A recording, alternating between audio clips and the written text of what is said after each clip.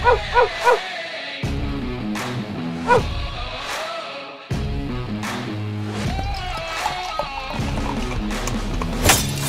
to another edition of the Dogger Pass podcast. This for UFC 258, Usman versus Burns. Remember to hit the like button, subscribe, do all that good stuff so we can continue to bring you free content and free winners from my co-host, Cody Saftic, who's here in studio. No bet is better than a shoey bet, however. Well, we can get at that later. But yeah, obviously it was a bad start to the year, 0-3, so we knew we had to do something to get back on the win column. I brought a bag of beers, or it was a box of beers, I suppose.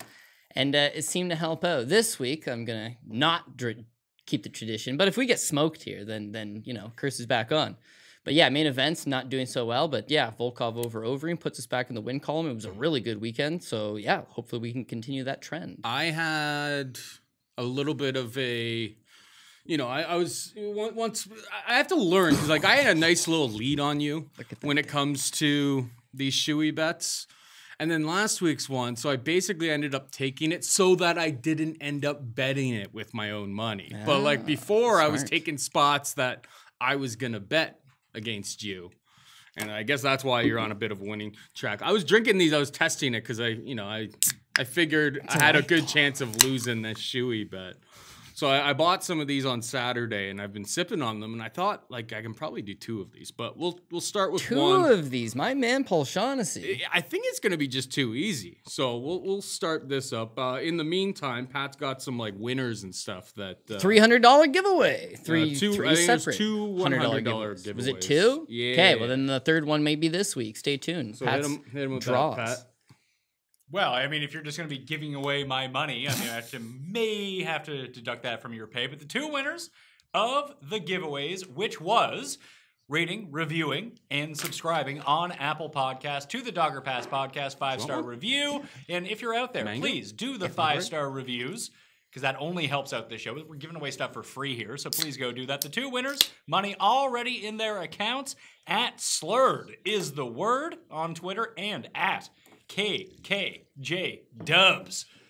Congratulations. You are now $100 American richer. So if you live in, I don't know, Canada, that's worth way more money. It's like $1,000. I recognize J Dubs for sure. That's a J Dubs, yeah, long time. And he's listener. got a truck in his Twitter profile. Well, he's been a long time fan of the program. All right, like over the lips, past the gum. Look at stomach here. This comes. Okay, so we got a double shoey. 2 White Claws, because Paul's on a keto diet, the reason he didn't drink any beer on last week's show. And ultimately, Paul, what you learned is something. That's too easy, man. You want Later to do a in third the show, one? we'll do a dubs. All right, we're going to do another dubs. No, that was only a single. That was just a single. Okay, we'll do a dubs later. I think that boot's got a leak in it. Could have a leak in it. I'm seeing, yeah, there's a bit of a does leak. it actually? Let me see this gross boot first. Oof. Disaster. Oh my. Disaster. It's leaking on my shirt. You know what you're going to have to do? Where Just are you, like, fucking you know what, the mess? next one, you're going to have to bring it down and turn it, just like the movie. That way the beer, or the White Claw will avoid the hole. That's embarrassing. I thought it was too easy. Maybe that's why. Maybe because most of it's on your shirt. I may have to take off my shoe. I don't know if my shoe could fit 2 of these things, but I could definitely drink 2 of those. That was delightful. Well, I mean, if you hit winners this week, they can just call you the lactating better, and you'll be good to go. You'll have to have it every week. The lactator.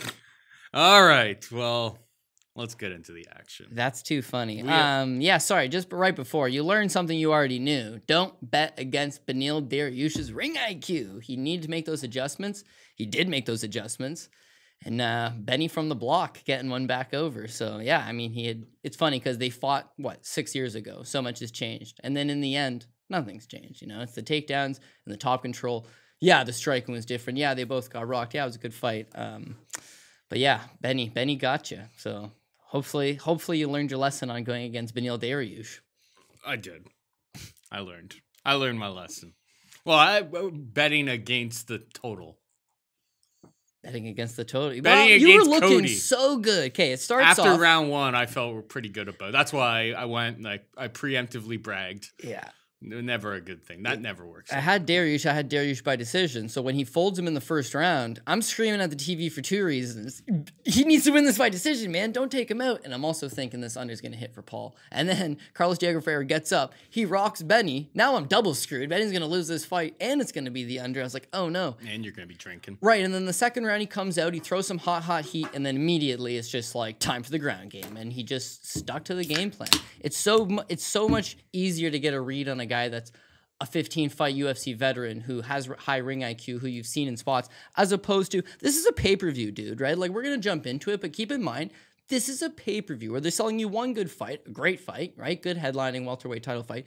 And beyond that, it's every rag-of-the-mill, regular-ass show that you'd see on a Wednesday or a Friday or a Saturday night from the UFC. Their co-main events, Alexa Grasso, Macy Barber. Okay, if that's not laughable enough, Maki Pitolo is on the chopping block, taking on Julian Marquez, hasn't fought in almost 3 years and coming off a loss. Kelvin Gastelum is just on a really bad streak right now. Him, Heinisch, that's a fun fight, don't get me wrong.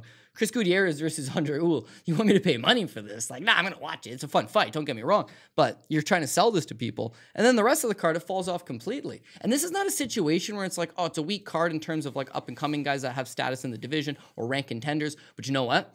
Let's just throw them a Shogun Hua. Let's just throw them Antonio Rogerio. Let's just throw them an aged veteran as Diego Sanchez, or the little cherry on top for the casual fan to be like, oh, I recognize that name. The Andrei Arlovskis of the world. No, they completely just bent you over and were like, here you go. Pay for Gabe. You don't have to pay for it, but the card is just. By the time we get there, maybe you will. I honestly shouldn't have chosen to go sober on this card. Because I'd have some things to say, and I'm just gonna enjoy this mango White Claw and keep it tamed. The lime now.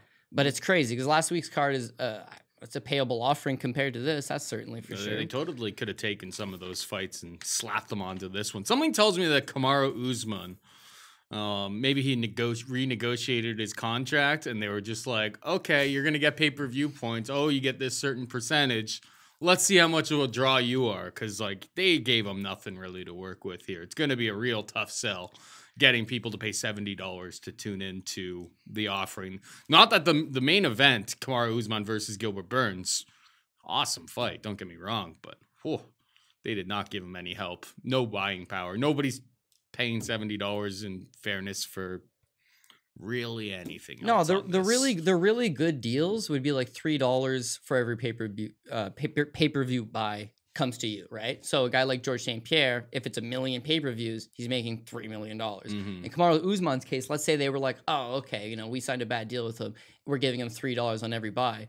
You give him no cast support. There's literally no other reason to buy this pay-per-view other than this one singular fight. It feels like a boxing card, where it's like, here's a cool headliner that you probably want to watch, and the rest of the fight doesn't matter. You could go out, you could do whatever you want with your time. However, we're in the market of making money, so that's what we're going to do in this card. Let's make it another profitable gain, and if you choose to buy this card, then it'll be a free card for you, because jumping into this headliner, I got Kamaru Usman handily.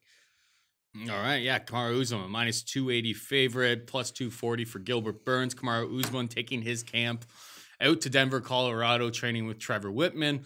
Obviously, these guys are both training partners. They've probably sparred in the gym countless times. People at the gym, they know how this looks when these guys fight. There's been a little bit of tape that goes out there, but you can never get too excited about like, oh, this is them sparring on one day, and it looks like Gilbert Burns got the upper hand. It's like, maybe Kamaru Usman was like hurt that day. Maybe he was not having a great day. Maybe he just wasn't really trying all that hard. Maybe Gilbert Burns had a fight coming up. So he's kind of like, give the guy who's got the fight coming up, give him like the advantages, let him have some open shots and stuff like that. I like Kamaru Usman to get the job done here. I think obviously things are going to get dangerous if you try to take this to the ground. Gilbert Burns doesn't really sub people off of his back, but I mean, with the skill that he has, I'm sure he could kind of do it to anybody. Yeah. I think we're going to see a lot of what we see from Kamaru Usman in all of his fights, and having a small cage kind of helps this. A lot of holding Gilbert Burns up against the cage, knees to the body, foot stomps, making it ugly, wearing down Gilbert Burns, whose cardio has looked better in recent fights. Obviously, Tyron Woodley went to 5 rounds, and that was... I mean, the blueprint was already set there by Colby Covington and Kamaru Usman, how you beat Tyron Woodley. Just avoid the big overhand and pressure. pin him up against the cage, and that's all she wrote. Everyone at the top of the division has done that to Woodley at this point.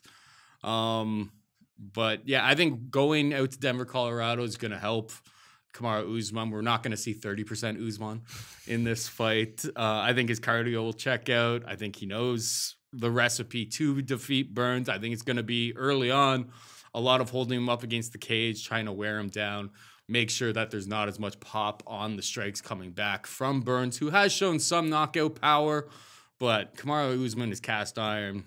I think the price is fair. I think you can parlay Kamaru up. I have parlayed Kamaru up just a little bit, but I was waiting to hear what you had to say. Yeah, I completely agree. I think on one hand, you have the current champion. He's a legitimate champion. He has rightfully earned that spot. He's the greatest welterweight on the planet right now.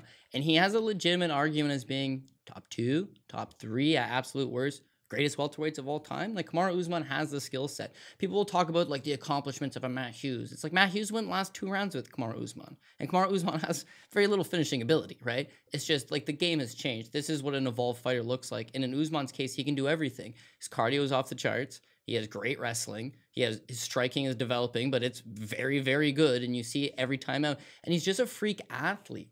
He can just keep bringing it, right? The Colby Covington, that was the one fight where I backed Covington. And I thought Covington is the welterweight wrecking machine. He's going to make the division great again. He's going all the way to the top. And I truthfully believe that wrestling, right, if it nullifies itself, then Colby's got this pressure game where he breaks everybody and he never tires. And the thing with that fight is that Kamaru Usman outstruck him, but he just, when Colby started to fatigue for the first time ever, Usman was just clowning on him. He's just sitting there laughing at him and having his way. Usman really is the real deal. That's what you have on one side. On the other side, you have Gilbert Burns, who has all the skills in the world. Very tough guy, but, you know, has earned the shot in the welterweight title. But I mean, it's kind of like it's a recency bias. It's like, what have you done for me lately? And it looks good lately, but Gilbert Burns is not the guy you think he is. So just going back, right? The wins are over Olivier Aubé-Mercier and Mike Davis, right? So he's big favorites in those fights. Alexei Konchenko, and he beats Gunnar Nelson. And then he beats Damian Maia, you know, 40-plus-year-old Damian Maia. He beats Tyron Woodley, who Tyron Woodley's done. He's been done for a while. He's getting these big-name guys, right? He's getting these guys that haven't done anything since. Woodley hasn't fought since, hasn't done anything since. Maia hasn't done anything since. Gunnar Nelson hasn't done anything since. Alexei Konchenko, you know what I mean? So those wins are nothing compared to the body of work that Usman's putting in at the highest level. Then I go back to volume, right? You look at the career best Burns has ever looked, the Tyron Woodley fight. Tyron Woodley would make pretty much anybody look like a world beater at this stage. I'm firm on that. You know I'm firm on that. You know I fade him every time out. He's completely done for him. But in that fight, you see Burns go out, score 2 takedowns, and like 80 significant strikes. Who's Woodley got booked next? Vincente Luque, and he's going to get killed. Yeah. But going back to this fight, I don't right? know what the odds You've are on got that. 2 takedown attempts scored and 80 significant strikes. That's his career best performance. He looks awesome. It looks like his cardio is shored up. When you look at Usman versus Woodley, he makes it look twice as easy. He also scores 2 takedowns and scores 140 significant strikes. The volume's just twice as much. Burns does have cardio problems. Woodley's not going to push his cardio, so he's not going to bring it out of him. Usman's going to push his cardio and is going to bring it out of him. And then lastly, you go to the jiu-jitsu, and it's like, okay, well, how has Kamaru Usman lost? It's like, the Fresh Prince choked him out once upon a time, rear naked choke back in the CFA days. It's like those days are long gone, but sure, he has been submitted one time, maybe Burns. A guy that you've spent the last 5 or 6 years grappling all the time, he's one of your main training partners, you've got a way better read on that guy's go-to move. You got a way better read on that guy's setup submissions, that you're not just going to get caught in one of his triangle chokes or caught in one of his, he would have to get on top, snatch up, you know, a head and arm, maybe a guillotine choke, something of that nature. But you would think that Kamaru Usman's seen his best tricks 100 times over. Whereas you could make the same argument for Burns over Usman, but it's like, yeah, I've seen him dominate people with the clinch and the pace and the volume over and over. And well, what can you do to stop that? Nothing. So people, I seen a theory that Usman's not going to want to take him down because of the jiu-jitsu. I think Usman will do whatever he wants. He'll strike as long as he wants. And if he feels like he doesn't really want to strike anymore, he's going to switch up the gears and take this fight to the ground. And I think he'll be comfortable. Because they're friends, because they're training partners, I think maybe that leans more towards the over, more towards a Kamaru Usman decision. If Usman didn't like this guy, he could break him with pace. If he does the same thing to Gilbert Burns he did against Colby Covington, he finishes him inside the distance. The thing is he hated Colby Covington, and he's friends with Gilbert Burns. So he wins the fight. The real question is if you want to improve that minus 280, and by the way, 280 is a nice price tag already, as far as I'm concerned. As far as big favorites goes, I feel very confident in Kamaru Usman, and 280 is not a bad price tag. He's not 350. He's not 4-1, something that I would align him at. But if you want to chase it to an even better price, I think you take that Usman by decision. Which I don't have the price in front of me right now, but I know that the over minus 105. Minus 105 because Yeah, the over 4.5 rounds is priced to minus 150. I would be concerned a little bit later in the fight that maybe at the pressure, at the pace that Kamaru Usman is able to fight, that maybe Gilbert Burns can't keep up. For sure. And Especially you find a late a late fourth or an early fourth round or fifth round decision. Obviously, the White Claws already hit me right there. But yeah, I think we're basically on the same page here. Kamaru Usman, parlay him up. And still, we got Alexa Grasso taking on Macy Barber. Alexa Grasso minus 135.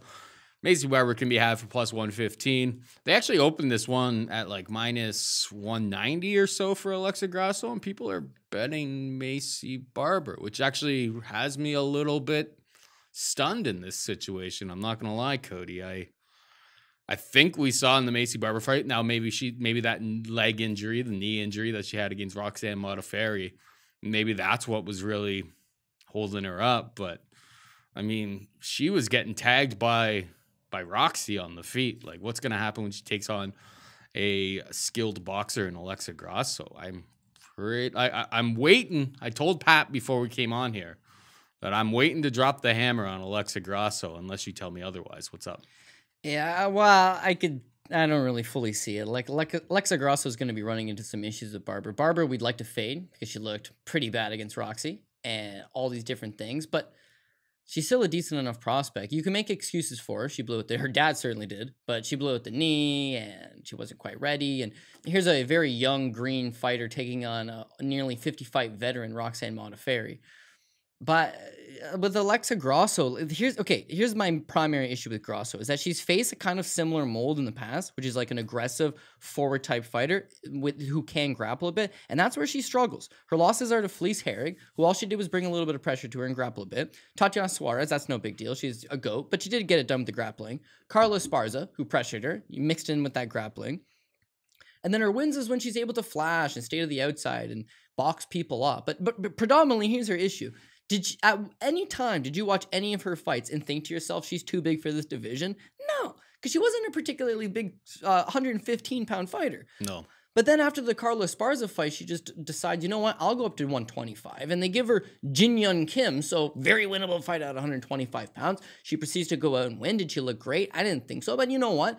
Decent enough at 125. But with Barber, it's like Barber's aggressive and Barber's going to come forward. And now we've seen the blueprint on how to beat her would be take this girl down and neutralize her. But that's something, not what Grasso's going to do. Is Grasso going to do that? No. And is Grasso going to do that, especially up that weight class? I don't think so. Now, Barber was, the future, and this chick's, out there saying, I'm going to be the youngest champion, and her father's talking her up and this and that. I think she was more the future because she talked herself up. She talked herself way too much. We were not thinking that she was like the next prodigy of this division. She just kind of sold herself as that. Well, people obviously bought into it because here she is as a massive, overwhelming favorite over a girl in Roxanne Modafferi who's proven, right? But everybody kind of buys into this. Oh, Barber's confident. Her team's confident. She's training. There's another fighter that's in Colorado. Cardio looks good. Her hands look good. She's super aggressive. She knocks out Jillian Robertson first round. All this hype is getting behind her, right? Okay, we're behind Macy Barber. She lives that flat-out performance against Modafferi. But that's blessing in disguise. Because one, she needed to lose. She needed to be humbled. She needed a reality check. But also, in blowing out her ACL, it caused her to take time off. Caused her to take time away.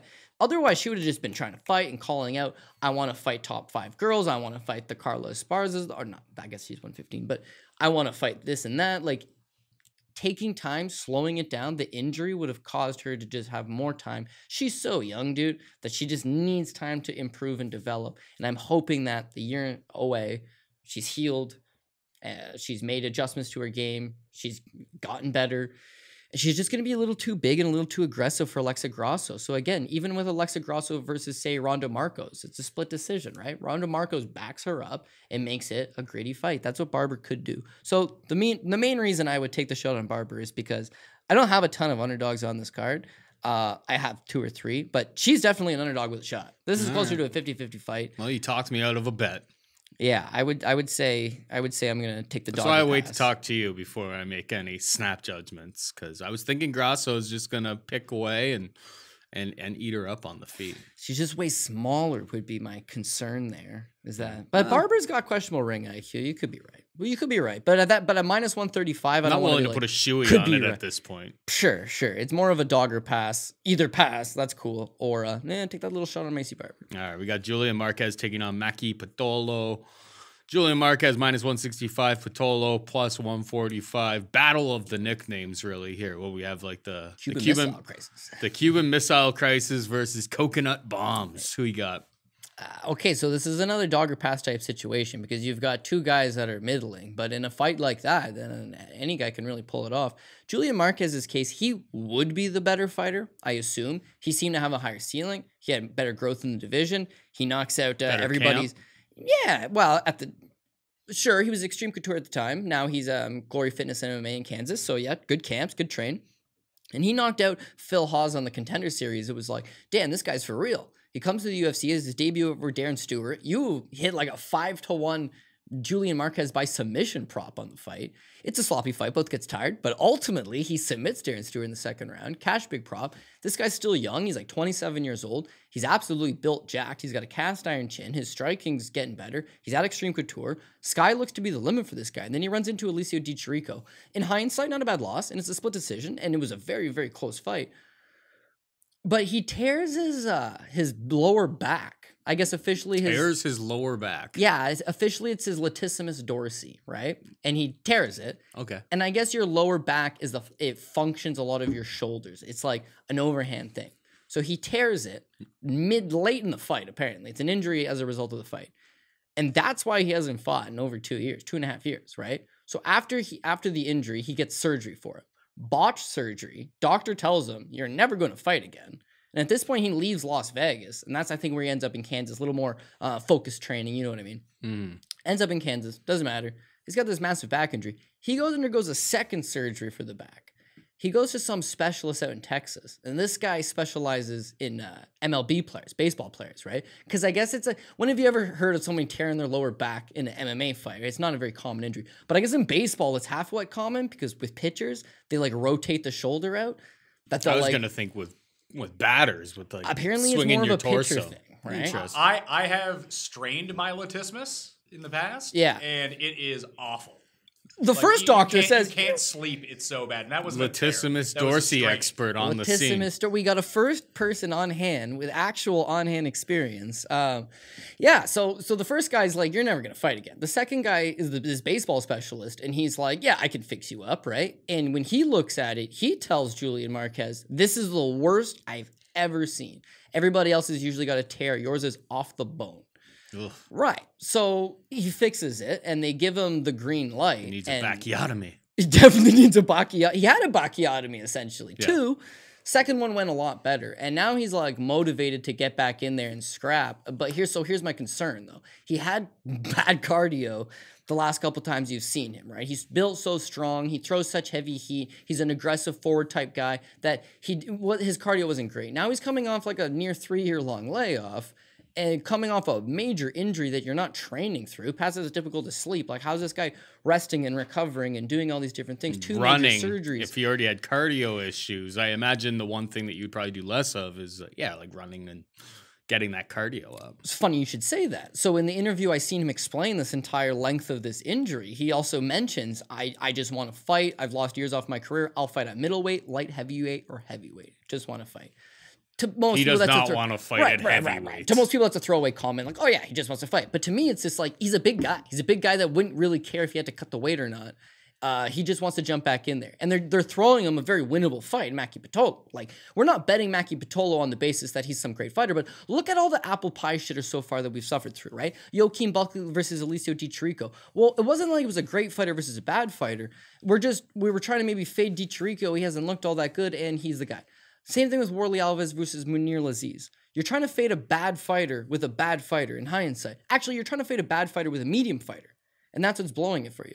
And the same thing, last week. Let's say if you wanted to say it was Mike Rodriguez fight, right? It's like you're trying to fade a bad fighter and with Danilo, right? Danilo Marquez is a bad fighter. And we're fading that bad fighter with Mike Rodriguez, who's a bad fighter, right? Those aren't the type of like fade type of opportunities. So with Maki Pitolo versus Julian Marquez, the same thing. They're both bad fighters. That's why I would look to fade Julian Marquez. I think Pitolo is live in the spot. He's got good boxing, coconut bombs for a reason, good technical hands. He likes to work the body. His cardio's not great, but at least what would bode well for him is that Marquez's cardio is not really great as well. So maybe if you can just keep this as a striking battle and chip away at him and have some spots, then at least he has a chance. When you look at how he's losing, he's getting out-grappled. Maybe Marquez goes out there and just tries to out-grapple him. Entirely possible. In fact, Julian Marquez's best path to victory is that he made somehow a bunch of grappling improvements, and he's going to go out there, score the takedown, fish for some submissions, at the very least, be the man on top, tire him out. That would be his path. But because of the long layoff, because of the bad injury, as a minus 165 tag, just not feeling it. So I would take Maki Pitolo. I'd also like that over 1.5. It's minus 170. Do you think he gets 2.5? Because I think you're getting close to like a pick'em odds. Yeah, I don't think it gets to 2.5. I don't think it gets to 2.5 just because Mackie tends to fall apart, Marquez tends to fall apart. Both the guys are kind of like gun it. But if it gets to that point, Marquez has got a better chin up, right? So if it gets into those later rounds and it becomes a war of attrition, it is going to be a Julian Marquez. You could even bet this fight live, whereas Julian Marquez should have a slow start. Way too much ring rust, right? He's going to be a little half hesitant. But if he survives the first round and isn't toppling over gassed, second and third round should theoretically play out to Marquez in a dogfight situation, but you'd have to gauge it better. So either live bet this one or dog or pass it. Again, pass is not the worst move out there, but I'm not backing the favorite here. Kelvin Gastelum takes on Ian Heinisch, minus 230 Gastelum, plus 190 Heinisch. I mean, it's hard to pick against Kelvin. I think Kelvin just fought at a completely different level. It's really... I mean, Kelvin's just been such a frustrating guy to be betting on recently. He's cost me some money. Yeah, you had him over Hermanson. I mean, I felt like a goddamn genius at the beginning of that fight. We're taking, he's going for a leg lock. That's not going to work against Kelvin. Oh, God, he's tapped. It's all over. Burberry Terry. I mean, the problem with Kelvin Gastelum has always been is that he really does have a 170-pounder frame. And he's fighting at 185, whether it's because he's just not good at cutting weight or he just doesn't like cutting weight. This is the way it is. But, body of work, everything like that. I'm going to wait. I would not touch it right now. I want to see what Kelvin looks like on the scales. He never looks great on the scales, but want to see signs that, he's taking this camp seriously. He's ready to get back on the winning track here. Kelvin Gastelum is the pick here. What about you? Yeah, I'm going to agree. I got Kelvin Gastelum. I don't like the price tag of minus 230 just because I think he's a welterweight, just like you're saying, man. He's got the frame of one, certainly. He's 5'9". He never comes in super jacked up, full of abs, anything like that. But what has gotten him away with winning in the UFC at 185 pounds is that because he is a welterweight, he's fast. He's fast as a middleweight because these guys are a little bit bigger. They're a little bit slower. So he's got good hand speed. He's got decent power. And because they matched him up with just the absolute list of geriatric veterans in the UFC, he was made to look really good. And what I mean by that is he smashes Johnny Hendricks. He looks good. It's Johnny Hendricks at the tail end of his run. Also 170-pounder. Right. He smashes right through Vitor Belfort. The Chris Weidman fight, he beats Michael Bisping. He beats Jacare Souza. Holy shit, dude. Jacare Souza? Michael Bisping? Vitor Belfort? Say what?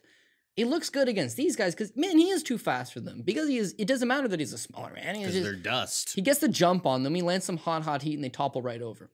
And then they're like, okay, here's the Israel Adesanya fight. And then it's like, okay, this guy is for real. He gives Izzy his best fight in an MMA cage ever. He's 2-2 going into the 5th round. He is a round away from winning a world title. He gets 10-8'd in the 5th round, by the way. But he's a round away from potentially winning a world title. And he rocks him with a head kick of all things. Israel Adesanya. It's like a career best performance. Sky's the limit for this guy. Now you can put aside he beat a bunch of old guys. Now it's like, okay, he's for real. We like this guy for real. It's the Darren Till fight, not the Jack Hermanson fight. Whatever. Leg locks are going to happen minute into the first round. Nothing you can take away from that. He got caught. No big deal. It's the Darren Till fight where he just didn't do anything.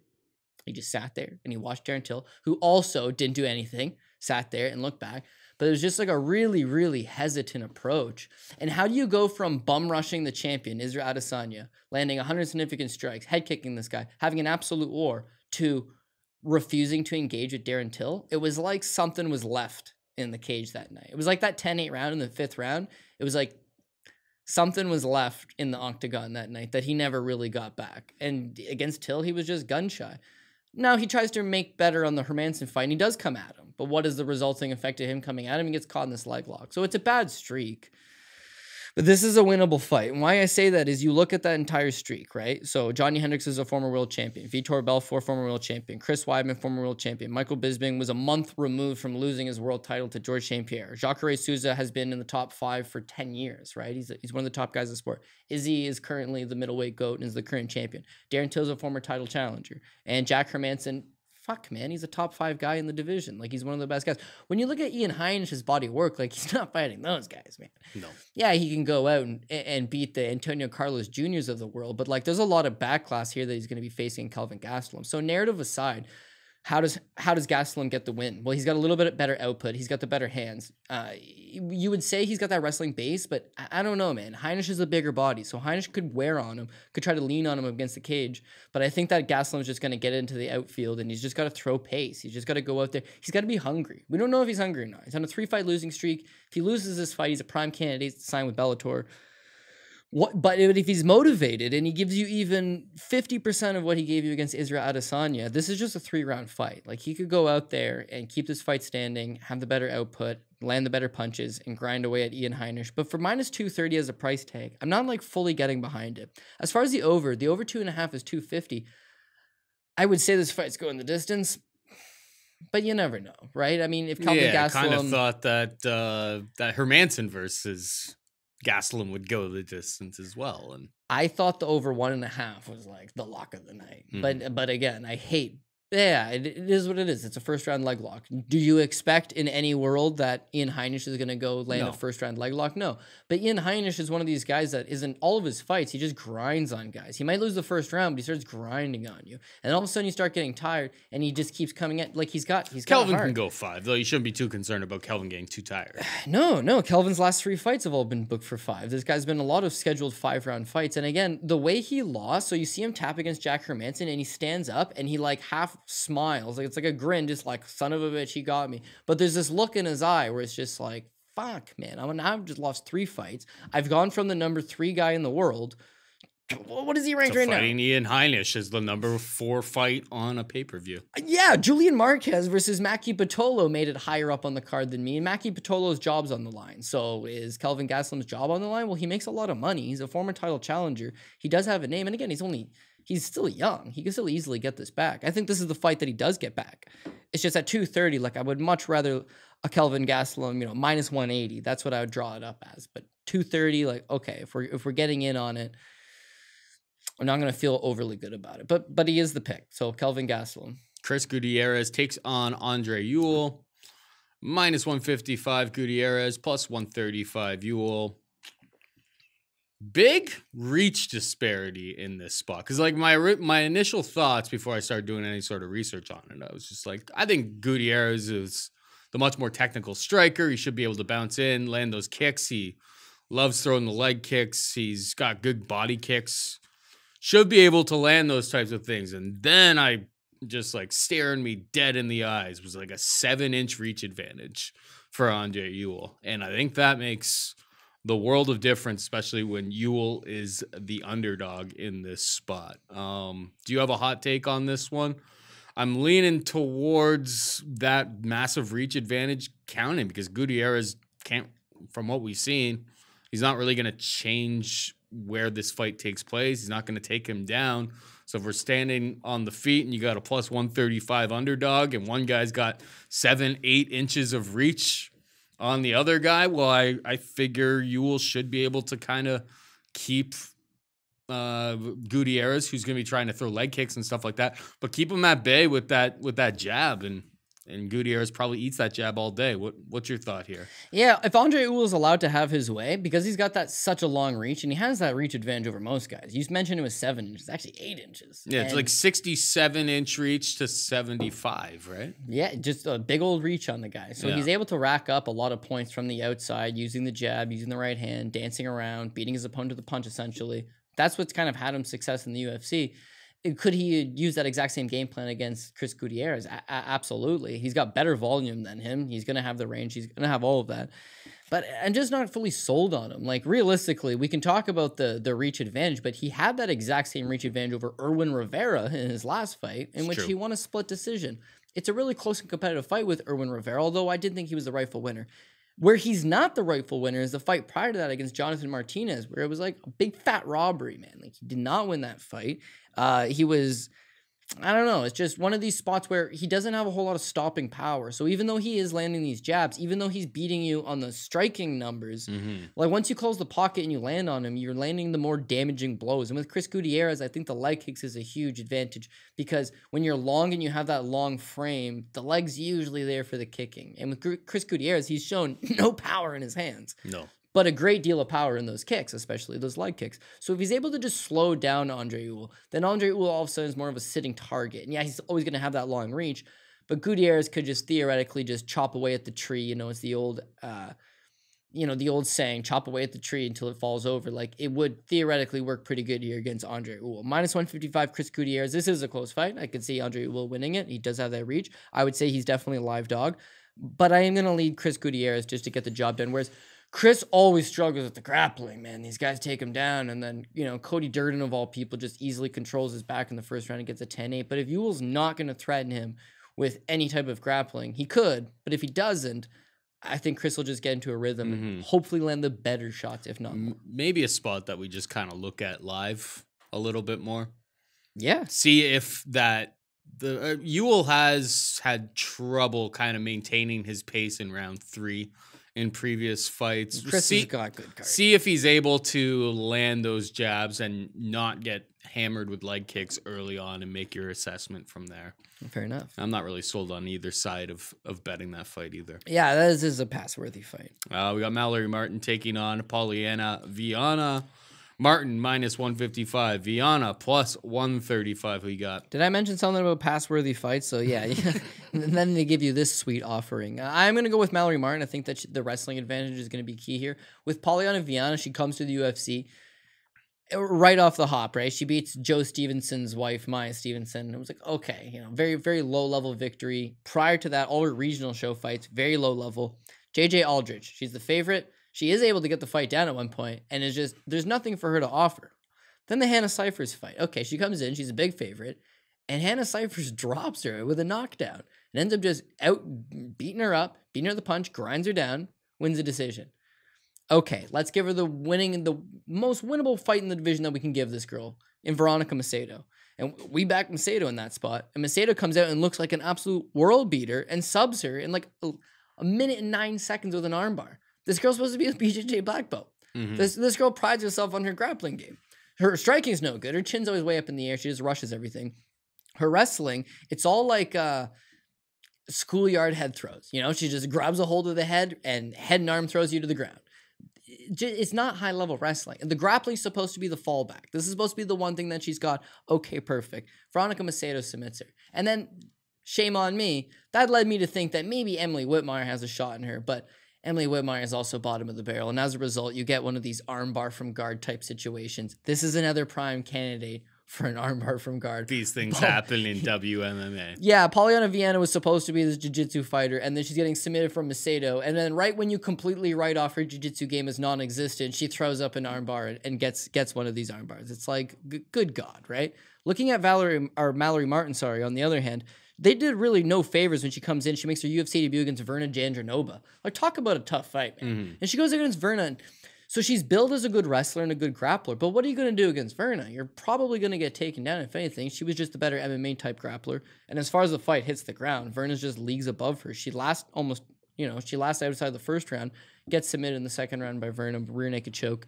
It's like an understandable loss. Then the Hannah Cyphers fight. This is the worrisome part. She gets dropped by Hannah Cyphers. In the first round, she got battered by Hannah Cyphers. Like, oh my God, what is going on? But then in the second round, Mallory Martin is just like, I got to wrestle her. I got to grapple her. And she's able to take her down, now grapple her. The Polyana Viana fight, she has that bad stretch, 3 losses. Surprised she didn't get cut from the UFC. They gave her Emily Whitmire. And how did she get the armbar? from guard. And how did she get to guard? Because she gave up the easiest takedown in the world. Mm-hmm. She's got really bad takedown defense. And with Mallory Martin, she's learned her lesson in the striking department. Even if she wants to strike with Paulie and Viana, they're both bad at striking, right? So there's no real advantage on either side. It's that she'll be able to get takedowns when she wants to get the takedowns. And unless you think another armbar from guard is going to happen, which it could, which it absolutely could, more than likely she just ground and pounds her from top position and is able to probably coast out at least 2 of these 3 rounds and win a decision. So I'm going to take Mallory Martin. Again, another minus 155 price tag. This is low-level women's MMA. But I do think that the top game racks up the points. And hopefully Mallory Martin, it's like a 10% effort. This one going to decision? I think so. We've been talking so much about armbar so. from guard that I just look at that under 2.5 rounds plus 180. I go, yeah, you know what? You're not wrong, because if I don't know if we're talking about the level of women's MMA that we've got here. You're not wrong. I don't feel comfortable with the minus 220 on the over. I mean, that's probably the more likely outcome, but the value is probably on the under. Yeah, just based on how the fights play out between these two. Yeah, especially considering Valerie's had 2 fights in the UFC, both of them finishing by early second-round finish, right? So she's hit the under on both of her 2 fights. Mallory Martin has. And then the flip side of that in Paula and Viana, it's like she didn't even make it to a little over a minute against Veronica Macedo in the grappling. And she also finished Emily Whitmire her last time out. Like, when it's really low level, it's like the finish could happen on either side. If they're going to give you a plus 180 price tag on the under 2.5, certainly possible. Yeah. I've done stupider things. Let's go. Not a double shoey, though. I'm still waiting on that bad boy. I mean, my shoe has got a hole in it. But if you tip it A or B, use your thumb to plug. You get thumb plug. Maybe Pat can find like a grocery bag around here. If I you should pull your shoe right off your foot. We still got a bunch of fights to get through here. I can do a double banger at the end if we get there. Where's the other shoe? Where's the left one? Oh, I left it in my car. I usually think I drink out of that other one. I haven't had this problem. Yeah, before. I know. That is one dirty ass shoe, man. It's pretty. I don't blame you only carrying one around if you have to. It's seen some shit. All right, we got Gabe Green taking on Philip Rowe, minus 135 Green, plus 115 Rowe. Who you got? Okay, it's a very pass-worthy fight. Again, it's a 50-50 fight. Last 3 have been pass-worthy. Yeah, they're pass-worthy because even though it's a pay-per-view offering, it's not star-studded in the slightest bit. I know last week I tweeted out, like, this is the UFC cut list, and then very much so on this card, you've got, I guess Anthony Hernandez is on the cut list. I would say Gabe Green is on the cut list. Paula Viana is on the cut list. Kelvin would be a high-profile cut. Like, if they were looking to save money like they did with Anthony, Pettis, sure. Maki Pitolo's on the cut list. Julian Marquez should be safe, but he's coming off a loss in a 3-year-long layoff. So if he loses, especially if he doesn't look good, he's cut. I mean, there's a lot of cuts on a pay-per-view card, right? And in this fight especially, you've got Gabe Green. He's 0-1 in the UFC. He fought Rodriguez his last time out, D-Rod. And, like, what did he show in that fight? He got 30-27 right across the board. But it was like, he took a shit kicking. That was it. He lost the first round. He was way too slow for him. He got beat to the punch every time. Second round, he gets beat to the punch every time. Shows off a good chin. And the third round, Rodriguez is just tired from pummeling this guy. That you see a better round from Gabe Green. That seemed to be his better round. But ultimately, he loses the round. And then that's it. Then you get like a year-plus layoff from him. So what can we expect? Not a whole lot. But then the flip side of that, Philip Rowe, he fights on the Contender Series against Leon Shabazian, the brother of Edmund Shabazian. And in the first round, he gets his ass kicked, man. He is getting beat up bad by Leon Shabazian. In the second round, Leon, turns out that both Shabazian brothers have had a lot of first-round finishes. So outside of the first round, the game completely falls off the wheels. And as such, like he beats him in the second round. He almost puts him away at the end of the second round. And then the third round, Shabazian's done, and Philip Rowe is able to go out there, put him away, gets a UFC contract out of it. Because of COVID and this and that, he's been waiting a little while to make his debut. He's also pulled out of a couple fights, I think.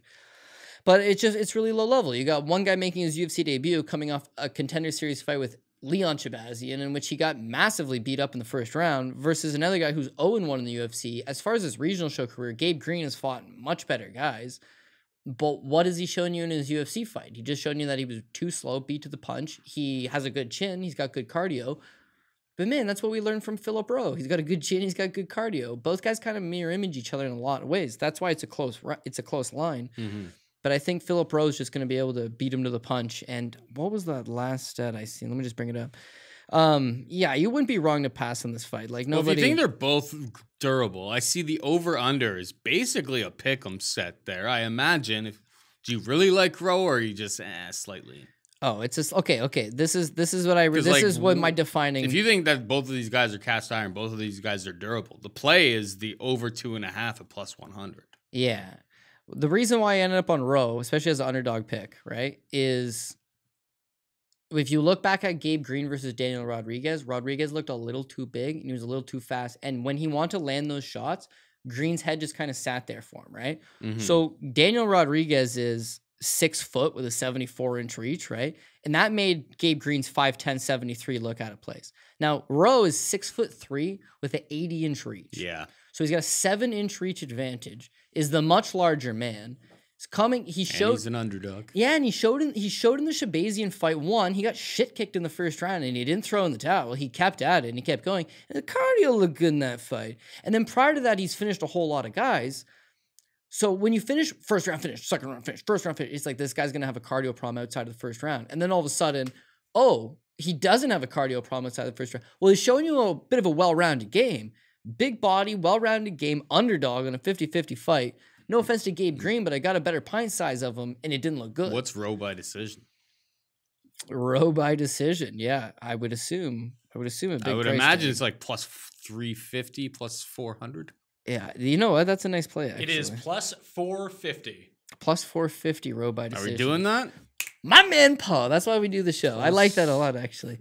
I like that a lot in the sense that it's a punt play, right? We have no confidence it's on this fight. +450. We have no confidence on this fight, but does it happen more than 20% of the time? It's gonna That's kind of what you're happen asking. on Saturday. It's gonna happen on Saturday. That's all I needed to hear. Rowe +450 by decision. Let's go. All right, we got the next one. I don't think this next one is going to decision. We got Rodolfo Viera taking on Anthony Fluffy Hernandez. Viera -400 favorite. Hernandez +300. Over/under in this one is set to 1.5 rounds. The over is +120. Under -165. I mean, it's Rodolfo Viera, one of the best jiu-jitsu practitioners in the world.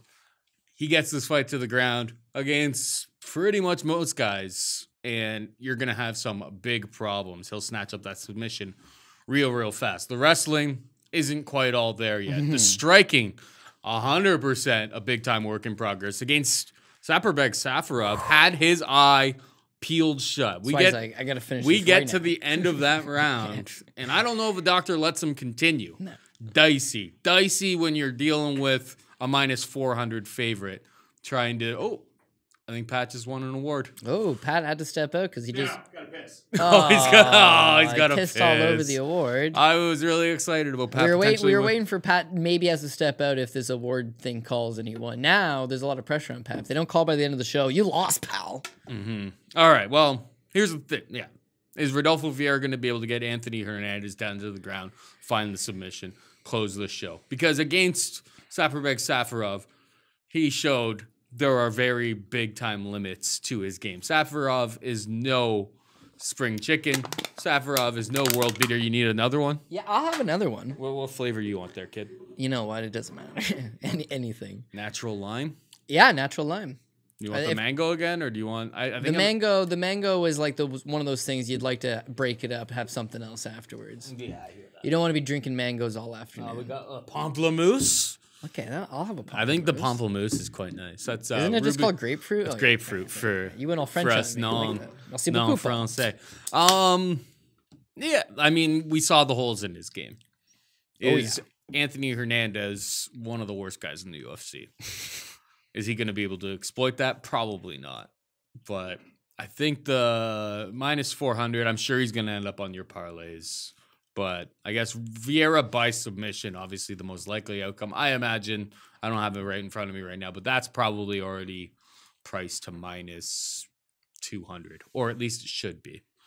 What are your thoughts here? Yeah, I don't think you top ticket Rodolfo Viera across the board because there's a lot of worries in that he's very much a jiu-jitsu first fighter. We know that. We know his credited BJJ career. He's a multiple time world champion. And it's not one of those, flaky, like, oh, I won a world title at the IBJJF. It's like, no. He's won all the greatest tournaments in the world. Against the best people. Yeah, his name in BJJ is the Black Belt Hunter. If you got a black belt, this guy's coming after it. And he's your jiu-jitsu coach, How does that work in MMA? It's like, if we kick it back to Gracie versus, UFC 1, 2, 3, 1, 2, and 4, yeah, it's going to work perfectly fine, right? If it's a lower skilled guy, his jiu-jitsu is good enough to win the fight. But even then, you see where it's like, this is an MMA fight in 2020, in 2021 now. Everybody's got a little bit of something. Everyone's got a little something to show. Or Oscar Pichota's first time out.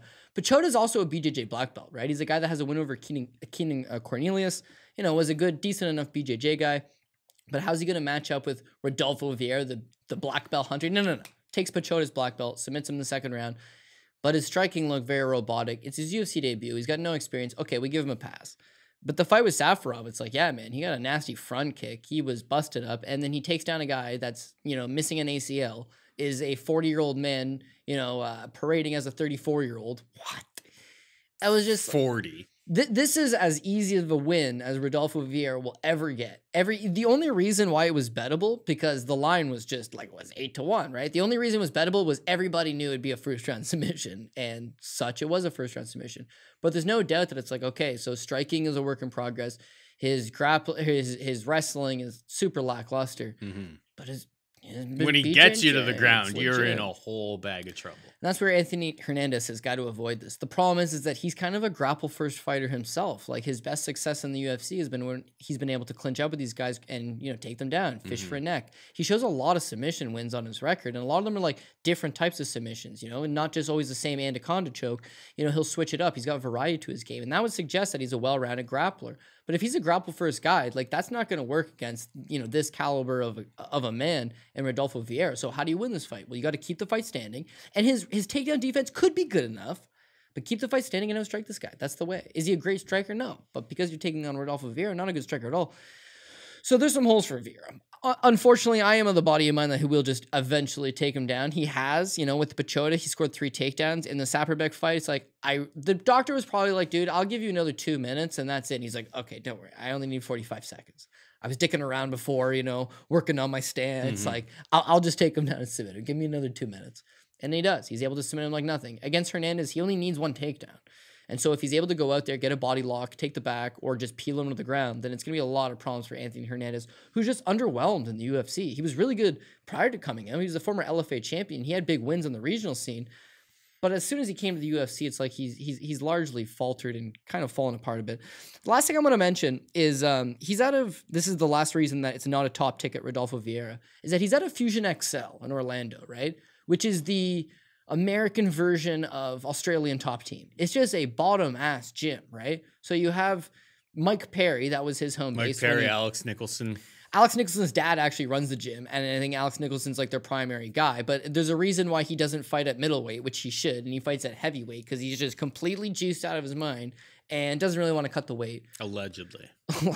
Alex Nicholson, okay? That's your first and foremost. Then the second guy to the gym, you got Mike Perry, who, what is Mike Perry up to? Barely even shows up for training anymore. His career's completely been derailed. When he went to Jackson Wink, which is not a great gym at this point, not in today's day and age, it's like the Pat Miletich, it's a forgotten gym. They were great, but the best days are behind them. But at least when he went there was a semblance of a game plan. There was a semblance of some skill there.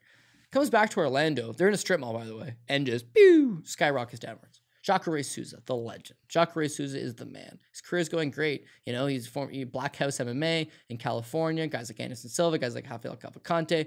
A whole list of good fighters to work out with. He leaves. He relocates to Orlando. He goes to Fusion XL. Yeah, he's old. Don't get me wrong. But it's like his game's completely fallen off the wagon, right? And you have Rodolfo Viera, who's buddies with Jacare. Jacare is the reason why he went to Fusion XL. So even though he's had time off, and even though we want, okay, he's got to improve the wrestling, he's got to improve. He's not. I don't think he's set himself up in a position to get better at striking or to get better at wrestling. He's not at ATT. He's not at Alliance. He's not at the MMA lab. He's not at Team Alpha Male. He's not at I'm not even going to say Jackson Wink, but he's not at AKA. He's not at any of the types of gyms that you would be like, they're going to push him through the rigors. What he is in a strip mall in Orlando with Alex Nicholson, Mike Perry, and the ghost of Ronaldo Jacare Souza.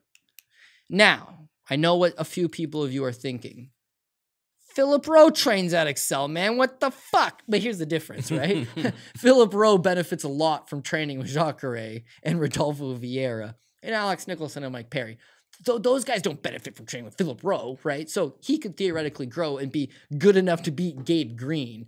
Those guys are not going to grow and be good enough to beat the top guys of the division, but they didn't give him a top guy. Anthony. They gave him Anthony Hernandez, who's on the cutting block. Yeah. So I think he does win here. I don't top ticket him, I don't think, but I think he wins here. But it's beyond this. I don't know that he's got the ceiling that makes him a legitimate threat to the middleweight crown, which unless people thought those other skills fill in. But it doesn't sound like he's in the right place to.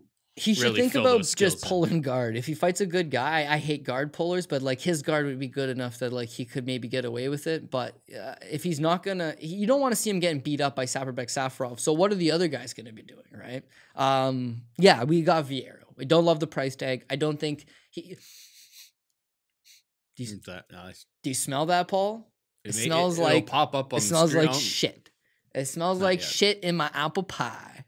And Rodolfo's the kind of guy that I wouldn't be overly surprised. Even though he's undefeated in the UFC, undefeated overall, has all the skills in the world, he's like a second line, third line guy. He's not the bottom, but he's not right at the top. You can parlay up Kamaru Usman at -280, and I love Kamaru Usman. I mean, I don't love Rodolfo. The body of work for a guy like Kamaru Usman, even though obviously his level of competition considerably more difficult as in Gilbert Burns.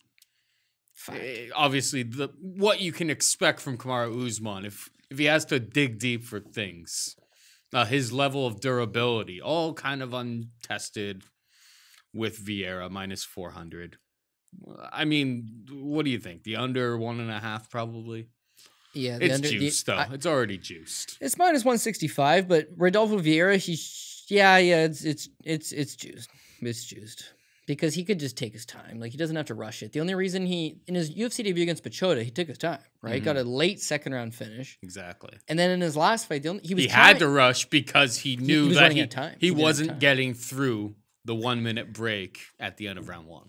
Yeah, the ref was like, you've seen it before. His eye was closed. Like, I'll give you one more round. There's pictures out there on the internet. I'll give you one more round. In his case, it was like, I'll let you finish this round. Right after this round, it's going to get waved off as a doctor stoppage. So you got like 2 minutes. Yeah, you got 2 minutes left, and it's just like that's all I need. And he goes out there and he gets the job done. Fluffy Hernandez is a better version, or is not a better version. It's just a better fighter than Safarov. But like how much? Debatable. But by how much? You match those two guys up. I'm not sure. Safarov may come in as the favorite in that spot. Could you imagine? I think we're on the same page. We got Rodolfo. It's just, even though he's undefeated in the UFC, we both kind of see that it's not as easy as that. Miranda Maverick takes on Jillian Robertson, -140. Maverick +120. Robertson, who you got? Yeah, I think it comes down to the wrestling of Jillian Robertson. She's got to get this fight to the ground. She's at this point, I think we've all realized that forward pressure strikers not working well for her. Girls that are going to bully her, not working good for her. She doesn't particularly fight well off her back foot. Her striking is just not refined enough. Her grappling's good. She's got good submissions. She's got good top game. But if she doesn't get the wrestling to physically get it there, then it's going to be a bit of a problem. Now, this is a girl that was at American Top Team, training in not only the best room on the planet, but the women's MMA team at ATT is second to none. And she's getting reps in, and she is getting better. But she left ATT. She links up with Dean Thomas. She's still with him, but she's doing like a more privatized training now. And I don't know, man. I don't think it's working out for her all that well. And you see her body of work is just let's say the Taylor Santos fighter last time out, right? She's just outgunned, outstrength, outmuscled. The striking again's not there. She's getting taken down. She fishes up the same armbar half a dozen times. But it's like the armbar is not there. You're not getting this armbar from guard. What can you fall back on? There was just nothing to fall back on. Again, it was that like forward pressure. But I go back to her fight with Macy Barber. The Barber fight, Barber's just too big and too strong and is aggressive and comes forward at her, backs her up, and is able to just pin her up against the cage and just batter her with punches until the doctor stops it in the first round. Maverick's like that. Maverick's aggressive. Maverick's in your face. Maverick fought in one-night tournaments in Invicta. This girl likes to fight, but she's a Muay Thai style fighter, and she's just aggressive in your face. She's only 23. There's spots where she's going to make mistakes, no doubt about it.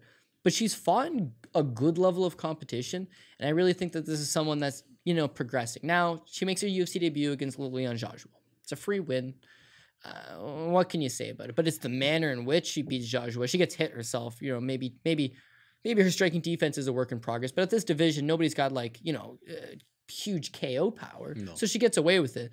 But it's just she breaks this girl down and busts her nose. And it's a cut stoppage because they're just like, after the first round, they're just like, yeah, your nose is busted. We can't let this continue.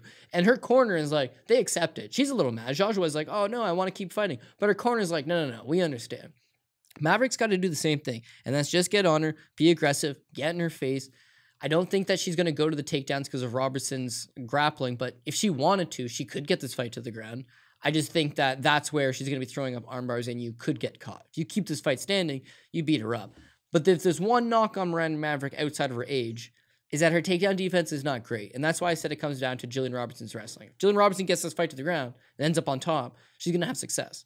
Maybe she wins a decision. Maybe she's just all of her success in all of her UFC fights come from that top position, right? But realistically, her wrestling's just not all that good, and I think she gets away with it against low level opposition like Molly McCann. She's 9-5 for a reason.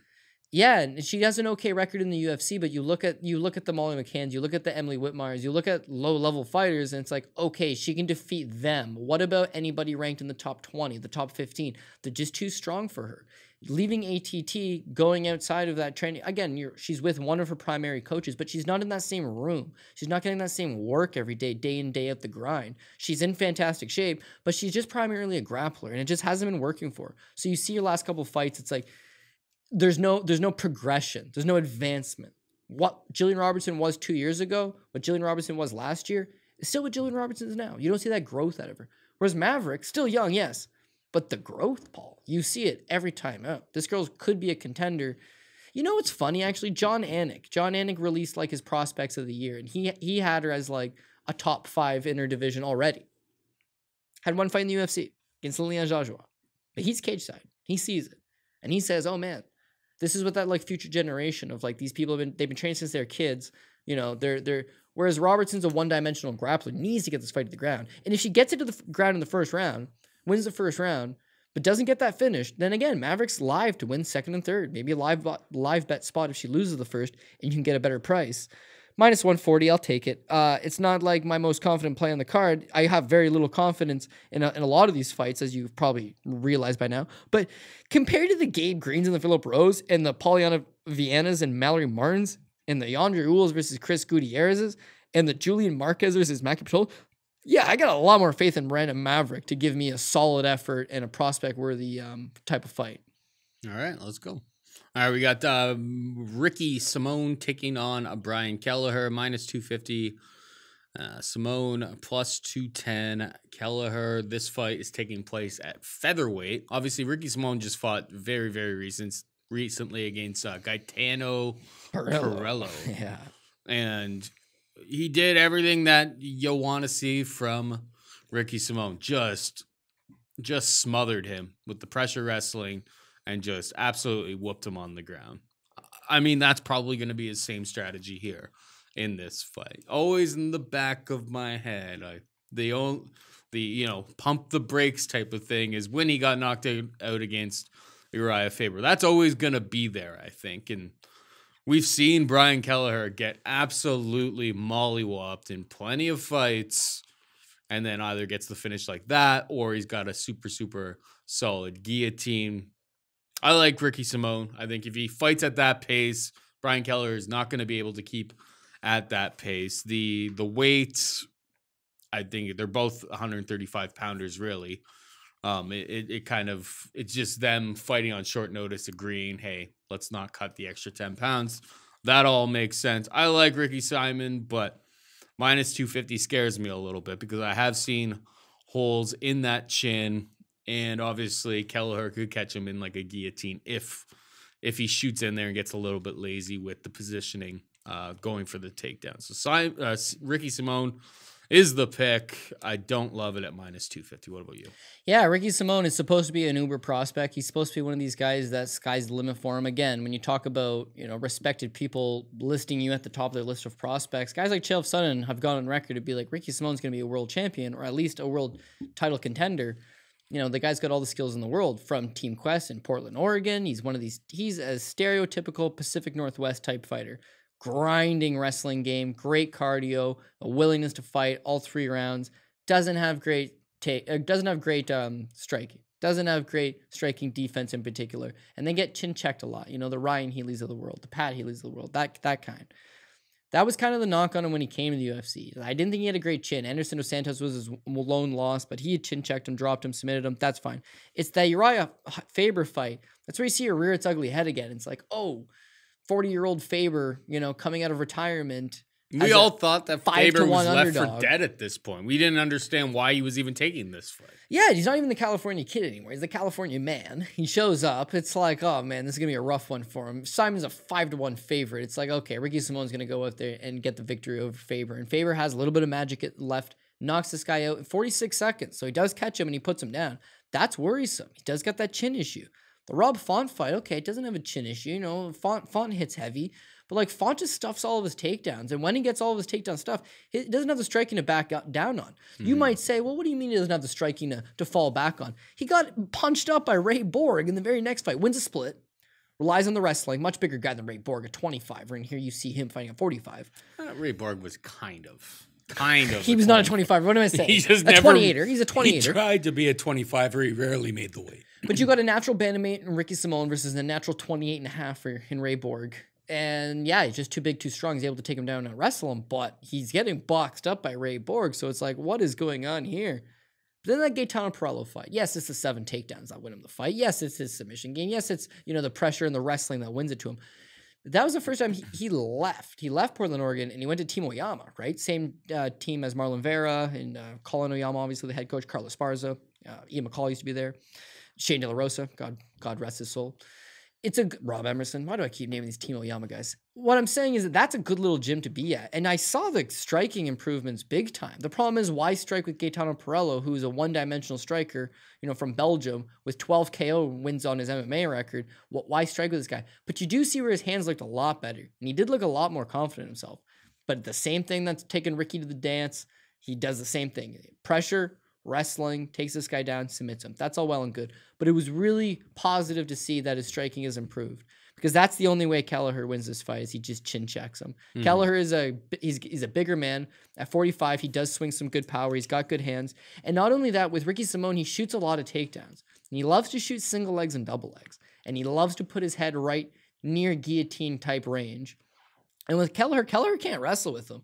But Kelleher could hurt him and snatch up a guillotine choke, theoretically. So he's definitely a live underdog. But I think Ricky Simone's just his pressure and the takedowns. And as long as he just takes him down and stays out of harm's way, he's just going to batter him from the top. Yep. If this fight was at 135 pounds, I would be hammering this under 2.5 at plus 210. Because honestly, either Kelleher catches him with a punch, puts him down, you know, the way Faber did, catches him with that guillotine choke, same way he did last time out against Ray Rodriguez. Or he's a finishing type way, right? Or Simone just breaks him down and puts pressure on him. And we have seen Kelleher go the other way as well. Now with Kelleher, keep in mind, right? He's had a lot of those 3-round finish type fights, right? But going back all the way, the Uriel Contra fight, it's a 1-round fight. He fights Marlon Vera, 1-round fight. Damian Stasiak, he punched him out in the 3rd. John Lineker, he got knocked down in the 3rd. Montel Jackson, 1-round fight. Odie Osborne, 1-round fight. Hunter Azure, 2nd-round fight. His last fight against Ray Rodriguez, 1-round fight. We know how Brian Kelleher likes to fight. He's a go-out-on-your-shield kind of guy. Even the John Lineker fight, right? He's not going to get knocked out. He's just down 2 rounds. And in the 3rd, he's just like, fuck it. It's like, oh, what are you doing, dude? Like, he puts himself in a bad spot because he's like, I'm going to go for it. He's one of these guys that goes for it. And against Hunter Azure, he loses the 1st round handily. 10-8 first round almost. He gets his ass kicked. But in the 2nd round, he's a live dog. He's still there. And he's the kind of guy that's going to throw it at you. But he's an under-type fighter. And Ricky Simone, if he does have a chin issue, he's more of a decision guy himself. But I think Kelleher would be the one that forces the stoppage by just going broke and getting in a bad position or getting caught, whatever the case may be. But at 45, it's like Simone's power's really fallen off now. Should help his chin. His submission game, yeah. They're both the same size. It's not like it's a big advantage for anybody going up to 145. They're just agreeing not to cut weight. They're just agreeing not to cut weight. But what you'll notice is, at least with Brian Kelleher, he took the Hunter Azure fight short notice at 145 pounds, beats him in the 2nd round. That's nice. Then he fought Cody Stamann at 145 pounds, and he fought Ray Rodriguez at 145 pounds. He's been there for a while now. Now he signs on the dotted line to fight Ricky Simone at 135 pounds. He's going to come down, but he tests positive for COVID. So now they rebook the fight at 145 pounds. Well, who does that play towards? That plays towards Brian Kelleher. Had he came down to 35, it'd be better for Simone. But at 45, you're fighting a guy that's just fought his last 3 fights at 45, right? He's not completely out of size. Anyways, I'm just talking myself out of a pass. But I mean, I do think Ricky does get the job done. But Kelleher's been known to shit in a few pies in his day. Like, not shit like he screwed it up, but like, you know, he goes out in the store, pulls that pie out, pulls his pants down, shits it right in it, puts it back in the freezer. Little Cody drops by the supermarket after work, walk into the frozen food aisle, pull the pie out, unassuming, scan it, pay, little cash, drive home, pull the pie out, son like, what's that of smell a back there? Bitch. The thing As it starts to defrost, oven. as it starts to defrost a little bit, you're like, "What's that smell back?" Well, there? I was really that's- antsy to get that's at my the pie. It's already shit. Yeah, so I slipped it in the oven as soon as I got home, put the thing to 425, and then all of a sudden I'm sitting there watching the fights. Prelims are going good. I'm like, oh, this is pretty decent. Main card starts going good. Okay, I'm feeling pretty good about myself. You smell that? It's Kelleher time, and he slipped a shit in that pie. So yeah, I don't really want to fade him. I'm not running to fade him. Simone's the 3rd biggest favorite on the card. Yeah. 4th biggest, I guess, below Muhammad, who we'll get to. Yeah, he is the favorite. I do think he wins more times than not. But 250 just seems like he could get caught. He could get punished. He did actually get hit by a nice knee by that Gaetano Pirello in the 2nd round, but he powers through on the takedown. Pirello is from Belgium, Italian-Belgium striker. You know, like Brian Kelleher, man, he's got notable wins. He's beaten Henan Barao. He's got 2 wins over Julio And you got to be careful Arce. when you shoot in for that takedown that he doesn't snatch up that guillotine, because he's done that to a bunch of people in the good past. guys. It's a risky fight for Ricky fair. Simone, but we both agree that he more likely than not gets the job done. I mean, minus 250, he better. Speaking of guys who have shit in pies before. Bobby Green, the king of COVID, I called him last time that we were on this program.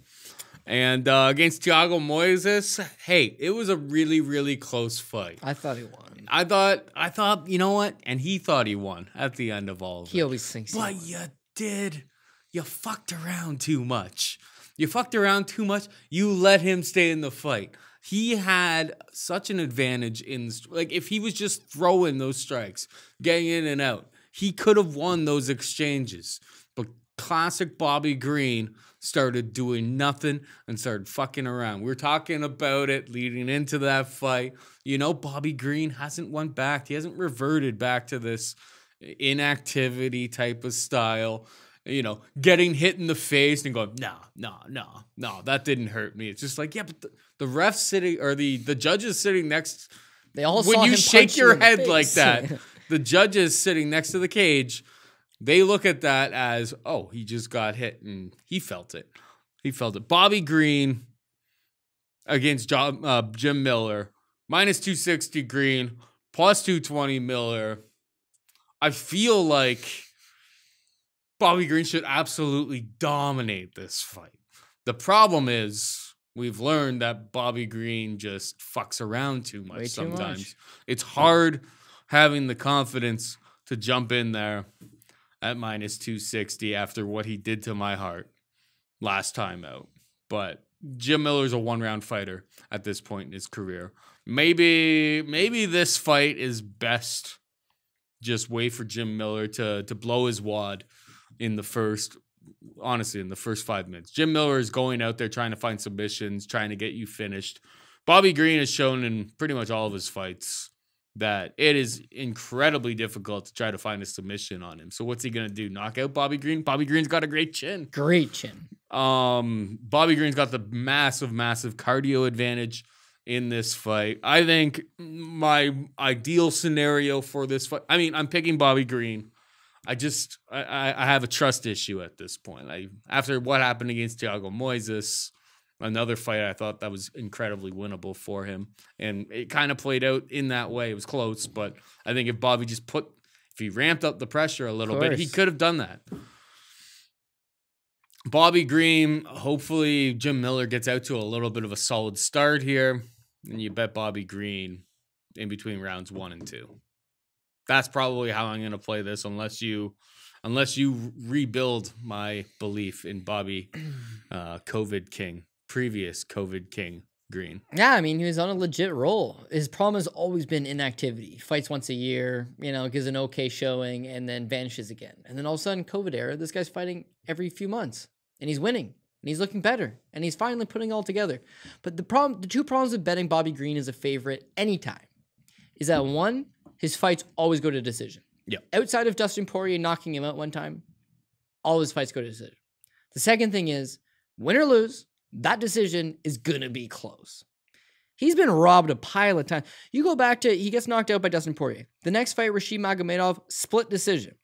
The next fight, he has a draw with Lando Venata. A split draw. The Drakkar close fight he loses, I thought he won. I legit thought he won that fight. The Francisco Trinaldo fight, I also thought he won. As did a lot of people. The Clay Guida fight, Lando Venata fight, Alan Patrick fight, all decisions. All close decisions. He doesn't ever run away with it. And then the Thiago Moises fight, well, wouldn't you know it, Paul? It's a close decision. I thought he won that fight. Going back to MMA decisions, I just wanted to make sure it wasn't like a biased opinion. But they agreed. They had 10, I think it was 11-4 had it for Bobby Green. The problem is that nobody really screamed robbery or complained because he did it to himself. It's what he does. He always does it to himself. And now they're trying to give you a nice little, would you mind paying $260 for him? It's like, well, here's the thing, right? So last week, you and I sat here, shot the shit, had a couple drinks, had a good time, and talked about how you never offered me any beer. I know, the comment section was all over that. That's You hilarious. turned it down, I did. man. I Admit did. That's it. why I brought claws for the boys today. Keto-friendly claws. But you and I sat here and talked about how Michael Johnson, always the favorite. Always the favorite. Always comes in, decent, nice size favorite, and always finds a way to just blow it for himself. And when you think about Michael Johnson and his style, similar to Bobby Green and his style. When you think about Clay Guida, similar to Jim Miller, could Jim Miller go out there and just do the same thing Clay did, and that's outwork him? Bobby's got better cardio than Michael Johnson. He's got better cardio. He's got better takedown defense. He doesn't have the same power, the output. But yes, you're right. Because going back to Clay versus Bobby Green, Bobby wins it. But if you watch the fight, it's a really close fight, man. Like, that's the problem with Bobby Green. So you're going to bet him at 250 or 260 here, okay? And he's the rightful favorite, and he should win the fight. You're going to probably improve that minus 260 by taking him by decision. That is what the man does. But it's like, there's not a great feel about it. There's not a great sense about it because, yeah, he's going to fight in a really close decision fight. And when you're in a really close decision fight, you don't like to know that you bet 260 on it. That's classic Bobby Green 101. That it? Yeah, that's it. Jim Miller, I wouldn't call. Yeah, he's a live dog. There's a lot of live. At 220, it looks appealing, especially if the judges. I mean, what was it, like maybe 6 months ago? Some point during the pandemic, we had 13-1 first round finish. Jim Miller first round submission, or first round finish. Think he submits Bobby Green, man? No. That's not gonna. That's what I'm saying. Is that like it's not like we're always on Bobby Green. We haven't been on Miller. I've been on Miller. We were on Miller. Who did he fight? I forget now. Roosevelt Roberts. Roosevelt Roberts. That was the good one. That was the good that, one. But Roosevelt Roberts ain't Bobby Green. I know, but we hit that first round finish prop. Nice Bobby Green's grappling is super solid. I would be very, very surprised if Jim Miller was able to find that submission against a guy like Bobby Green. Pat. So I have a take on this fight. Not that I could pick either one of these guys out of a lineup of two, but if Miller for us, and he won his last fight, right? Sorry, say again. Jim Miller he got the first round finish, and then he won his last fight too, didn't he? Jim Miller? Yeah. Or was that his last fight? Yeah, no, he got boxed up pretty good against Scott Holtzman, and then he beat Roosevelt Roberts, what we're talking about, and then Vince Pichel was his last one. But everybody that's ever watched this show, or at least watched it for a little bit of time. I think we've been on Vince Pichel every single fight that Vince Pichel has ever had. You have. You're the Vince Pichel whisperer. But in that fight, you see he's just not the stronger guy. He's not able to get the takedowns going. Same thing in the Scott Holtzman fight. He's not able to, and so he gets boxed up. Yeah. Against Bobby Green, he's not going to get Bobby Green to the ground. Bobby Green's got like a really sneaky takedown defense. He did it against Even Clay. if he does get him to the ground, Bobby's good enough Look at the grappling Alan to Patrick stay out of fight. trouble. Alan For Patrick sure. tries to just jump on him, and Bobby's like, not happening, reverses, ends up on top. Bobby by decision is probably the most likely, as you said earlier. And what were you going to ask about? Well, my thing was like, I mean, I'm not betting Miller by submission. No. What I'm saying is that like coming into this, like just me being someone who, half the time produces this show and doesn't give a shit about UFC after that. I know, like, Jim Miller's been around so long, like, I recognize that name, and he's always the underdog, and every once in a while he pops up with a win. I feel like he's overvalued based on the way you guys are talking at plus 220, because people will bet on him because he has these, like, random upset finishes. He's deep into his career. But the problem with this fight compared to some of those other fights is Roosevelt Roberts, unproven prospect. It's like Bobby Green back in the Strikeforce days. Like, this guy has been around the block. He's taken on top end talents. Like, I do think that Bobby Green still has value at minus 260 in this spot, but I think this is a better spot to just. I think it's just a better spot to wait for live, because you know Jim Miller in 2021 and same as 2020, Jim Miller comes out hot. He's gonna try to. So you may be able to get a better price on Bobby Green closing off the doors. Maybe you get like a minus 150. Maybe even get even better if Jim Miller has a real hot start. Why don't we just go Usman Green by decision parlay? Boom. This is what I would say. This is what I'm Green going always fights real close fights. I know. This is what I'm going for. Go to decision. I know. Yes, exactly. I do. Right. I do I have got concerns it. about Gilbert Burns going 5 rounds against Kamaru Usman off the pace. If this guy owes Usman $20, he's fucking not making it to decision. But if he's actually Usman's homie, they're actually boys. It sounds like their kids are friends and stuff. Like, it sounds like they called him like Uncle Gilbert or something in one video I saw. Like, but if Kamaru's buddies. having a bad day, he can definitely finish that fight. Okay, I figured it out. This is the move. You just take the fight to go the distance, minus 205. This is why I say that. It's better than Bobby Green 260, and it covers you if Jim Miller wins. If Bobby Green wins, we all know it's going to be by decision. Why? Because he's got literally 9 straight decision victories. But also with Jim's losses, Vince Pichel, decision. Scott Holtzman, decision. Charles Oliveira finishes him. Pfft, Bobby Green ain't Charlie O. Dan Hooker knocks him out. Bobby Green ain't Dan Hooker. No. Oh, he went decision with Francisco Trinaldo. Decision with Anthony Pettis. Decision against Dustin Poirier. Majority, by the way, because he hurt Dustin Poirier's leg. Bobby's not knocking out Jim Miller. Bobby's not submitting Jim Miller. So the only concern that you have is that Jim Miller comes out too hot, slows down, and kind of wilts away. If Jim Miller's going to win, we think Jim Miller always wins by first-round finish, right? If Jim Miller doesn't finish in the first round, he loses by decision. So if Jim Miller goes out there and is going to beat Bobby Green, probably by the first round. But is he knocking Bobby Green out? No. Is he submitting Bobby Green? That's his best path for sure. And it's a submission. Could happen. Pretty unlikely in my opinion. Yeah, like Bobby Green's submission defense has most definitely checked out to this stage. So this fight screams going to the distance, where if we were going to back Bobby Green, you take him by distance. But if you want to cover yourself on both sides, Bobby wins by decision. If Jim springs the upset, it's by decision. Then the 260 price tag on Bobby Green, you would rather just go fight goes distance 205. The over at 2.5 at 250, like if this goes over 2.5, I assure you it's going the full distance. So I don't like the over 2.5, but the fight to go the distance minus 205 is better than straight up Bobby Green play. And it covers you both sides. And finally, we got Bilal Muhammad taking on Diego Lima. Bilal Muhammad a minus 400 favorite. Diego Lima can be had for plus 325. Bilal Muhammad, decision machine. Diego Lima, history of getting knocked out, but is that going to be an issue against a decision machine like Bilal Muhammad? Probably not. The over is juiced up to minus 250, under plus 210. Where's your head at here? I'm really glad that there wasn't some greasy bookie out there. 400. I'm really glad that there wasn't some greasy bookie out there that offered a prop bet on will Diego Lima win 3 straight fights in the UFC, because I would have bet it all that there's no chance Diego Lima's winning 3 straight fights in the UFC. He's not Douglas Lima, the far superior talented older brother.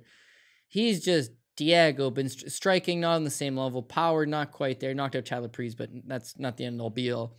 Takedown defense, that has been his kryptonite his entire career, going back all the way, into his MFC days. He just leaves a lot to be desired. He's on the Ultimate Fighter, and it's just like, he makes it to the finals. He beats Hayder Hassan, Gilbert Smith, Tom Galecchio, because it's one of those comeback seasons. And talk about a bad list of comeback fighters. Gilbert Smith, Tom Galecchio, and Hayder Hassan. What are you doing? But he makes it to the finals, takes on Jesse Taylor, and gets mollywopped. Understandable. JT Money, that's my guy. It's the follow-up fight against Yushin Okami. A shell of Yushin Okami. A ghost of a shell of Yushin Okami, who's still just too big and too strong and just out-grapples him.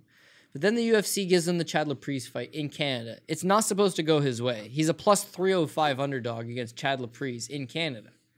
and he chin checks old Chad less than a minute and a half in the first round, knocks him out. And then that's just got the momentum going for him. Since... No, retired after that fight and didn't have a great chin to begin with. Got chin checked there. That was the end of him. Then he fights Court McGee, split decision win, close fight. Then he takes on Luke Jumeau, split decision win, relatively close fight. He's not running away with it by no stretch. Is that he's using his striking, keeping the fight standing, chipping away at them. Against Bilal Muhammad, like he just comes at you all the time. He's got a lot of pressure. He's got great cardio. That's his best asset. Good chin, great cardio.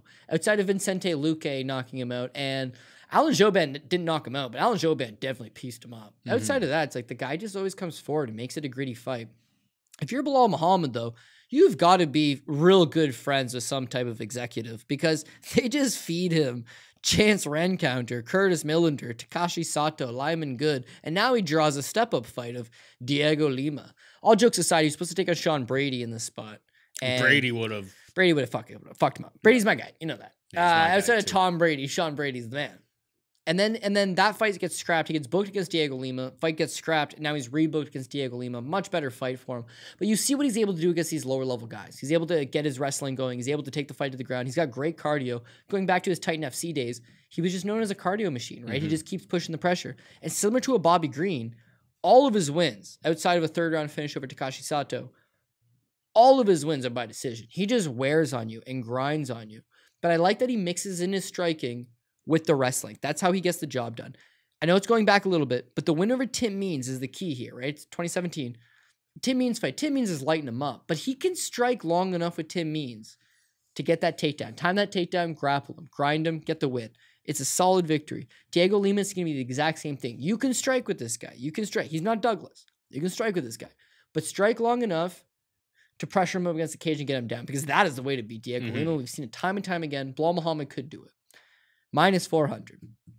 It effectively makes him the second biggest favorite on the card, just like Rodolfo Viera. Rodolfo's got a couple of red flags, and Bilal Muhammad doesn't nearly have those red flags. He seems like a more trustworthy favorite than Rodolfo Viera. He probably is a top-line ticket kind of guy. Well, he's taking on better competition. Yeah, he's taking on better competition. Again, you look at his losses, Jeff Neal by decision. Okay, Jeff Neal literally just fought Wonderboy Thompson, headline fight. You know, he's a top 10 guy. He's a top 10 guy.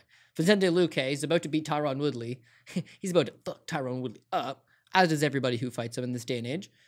And yeah, that's a top flight loss, right? And then Alan Jouban, Alan Jouban is still cutting a job in the UFC and is just a dynamic striker. And that's his debut, and that fight's 5 years ago.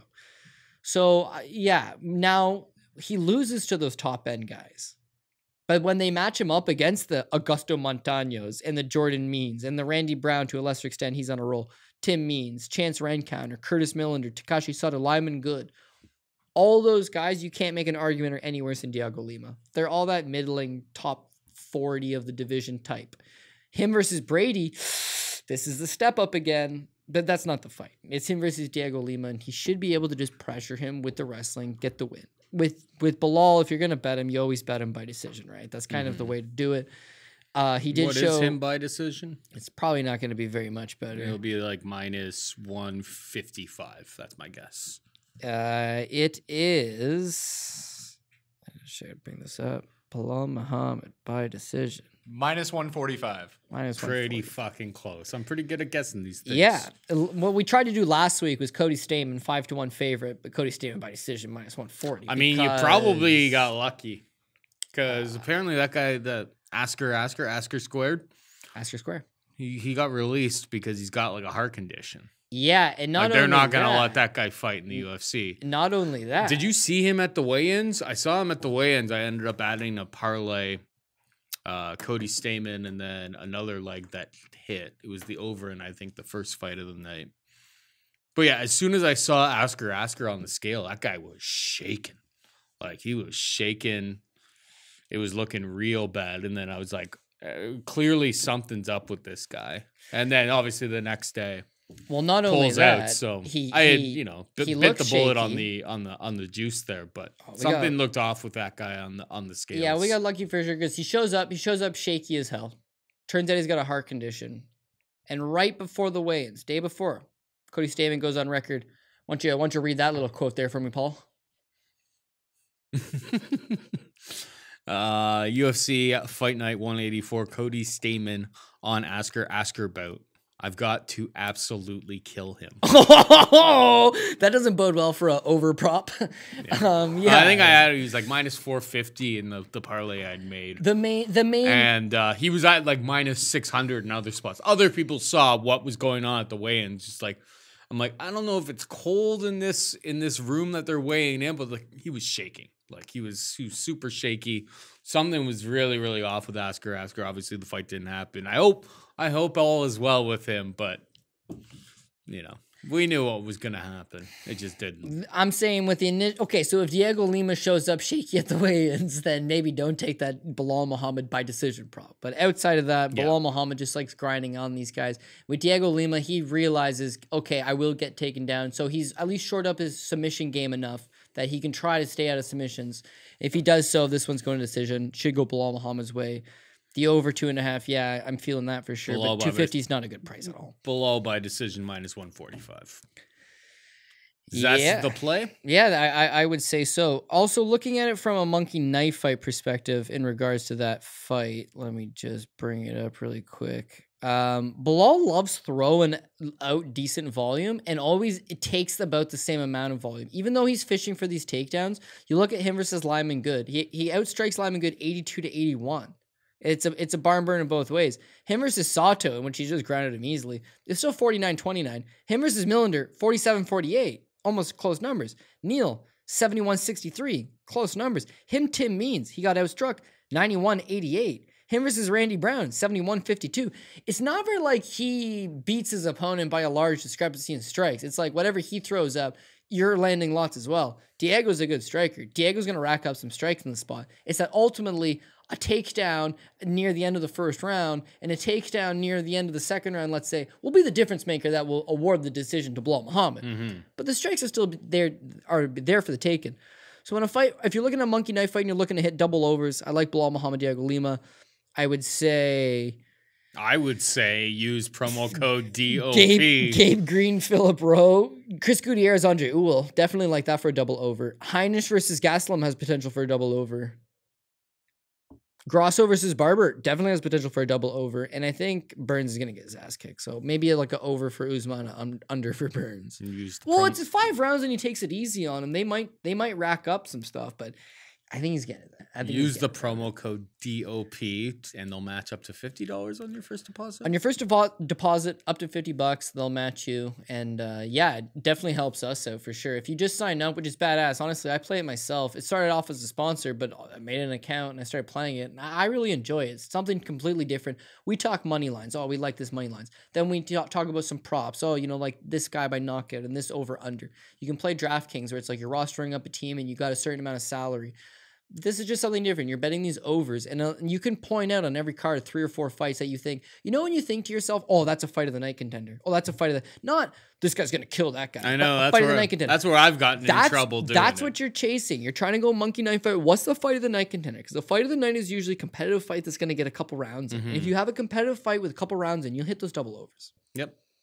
Very true. All right. We're just about out of time here. But before we go, hit him with the PRP. Pogie, Rob, parlay. Yeah, it feels like it's Chalk City, but we're going to go with Kamaru Usman. Dog number 1's going to be Barber. Dog number 2's going to be... I don't even like it. I really don't like that. But I guess if I'm chasing a dog, we'll go dog number 2, Maki Pitolo. Kelvin Gastelum, Chris Gutierrez, Mallory Martin. Philip Rowe is going to be dog number 3. Rodolfo Viera, Miranda Maverick, Ricky Simon, Bobby Green, Bilal Muhammad. So realistically, we have 3 underdogs. I think there's dogs on the card with a shot, but we're going to lean with more of these favorites on this one. And hopefully the dogs that do come through.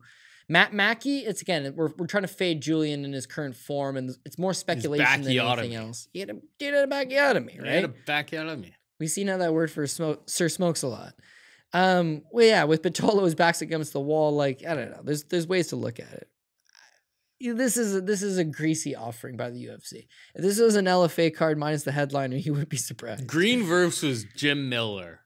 This is kind of like Clay Guida versus Michael Johnson. I agree. But I think Green is the one that I think I got plus 187 Clay Guida by decision after round 1. Now, Clay Guida had a much better round one than even I expected. But you could see it's just like if Clay Guida's already having success in round one, I know round 2 and 3 are going to progressively get better for Clay Guida. By the end, it seemed Okay, so like that was my best bet of the night, was a live bet on Clay Guida by decision after round 1. Okay, so I agree 100%. So you and I talked about it on the show how Michael Johnson always wins the first round. Yeah. So he always comes out of the first round as a big favorite. But if he doesn't win if he doesn't get you out of there, that's when everybody else becomes live. You know, the Stevie Rays become live, the Thiago Moises become live, the Darren Elkins become live. Get out of the first round. If Clay gets out of the first round, live bet Clay. So I'm watching the fight.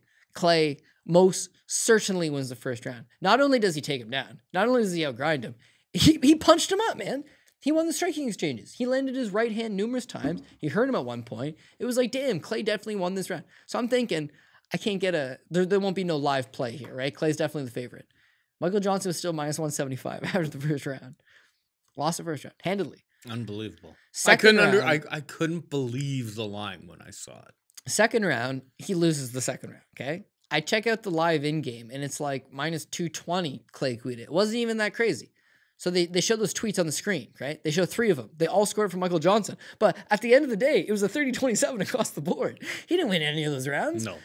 But it's just like there's a belief of like, oh, he's going to turn it on. He's going to do something. Bobby Green's the same thing. You watch your TV, and you're like, yeah, he's winning this round. And in his mind, he's like, oh, man, I'm kicking this guy's ass. Mm-hmm.